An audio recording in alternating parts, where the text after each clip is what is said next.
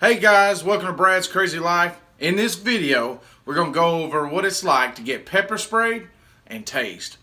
Now for us, getting pepper sprayed is like 3,000 times worse than getting tased. You're going to get tased about 4 times, sometimes 5 if you do the shield, and they'll give you an opportunity if that's what you want to do. Of course, you don't want to be the loser that don't do it, so pretty much everybody does do it.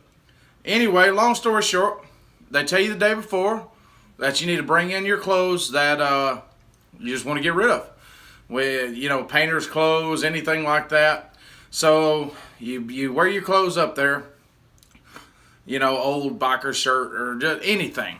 And anyway, for us, what they do is they don't just line you up on a wall and spray you like some of these other videos. What they did with us is they actually had an obstacle course.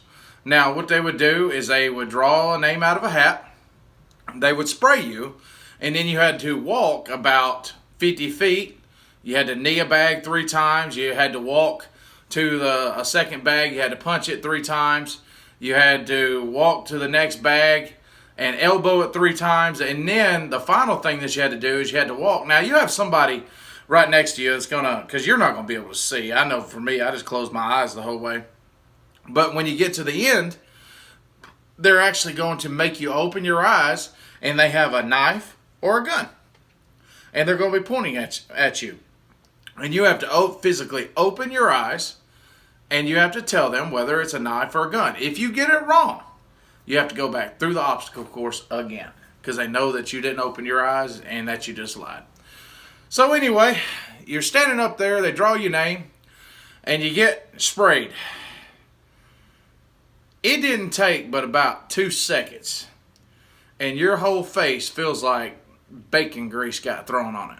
That's the only way that I can describe it to you. If you fried bacon grease up, and once it's done, you take the bacon out and you threw it in your face, that's the only way I can describe it. And I have sensitive skin, so you could only imagine what that actually did. Now, I went through the whole obstacle course just fine. I was able to open my eye just enough to see that he had a knife. And then you got to handcuff him. And then once you get done with that, they make you choose whether you want to wash off with a water hose or just let it air dry. Personally, you always need to air dry. The people that were washing their face off, it just made it worse. Now, you sit there for about, 30, 35 minutes before it actually starts cooling down. Thank God I had one of my buddies waving a fan in front of my face, because that stuff, man, is it on fire. Anyway, long story short, you go through the whole day, your clothes are destroyed, you done went through the pain of getting sprayed, you went through the obstacle course. Now comes the worst part, and you say, what in the world could be worse than getting pepper sprayed, having to run an obstacle course, physically opening your eyes? Well, that's when you get home and you have to wash it off again. Because I think when it gets reactivated, it's worse than the initial spray. Because I'm sitting there in the shower, which is a bad thing to do. Never take a shower. Ever, ever, ever take a shower when you get sprayed. The best thing to do is go to the sink with some Dawn, wash your face off, go in front of a fan, let it dry, rinse and repeat until it's done. That's the only way to get rid of it. Plain as day. Now, once you get done with that, if you're in the shower and you think taking a shower is good, just remember that stuff washes down your body, and you'll get it on places that you don't want it to have, and it feel like you have some kind of STD down there, if you get the hint.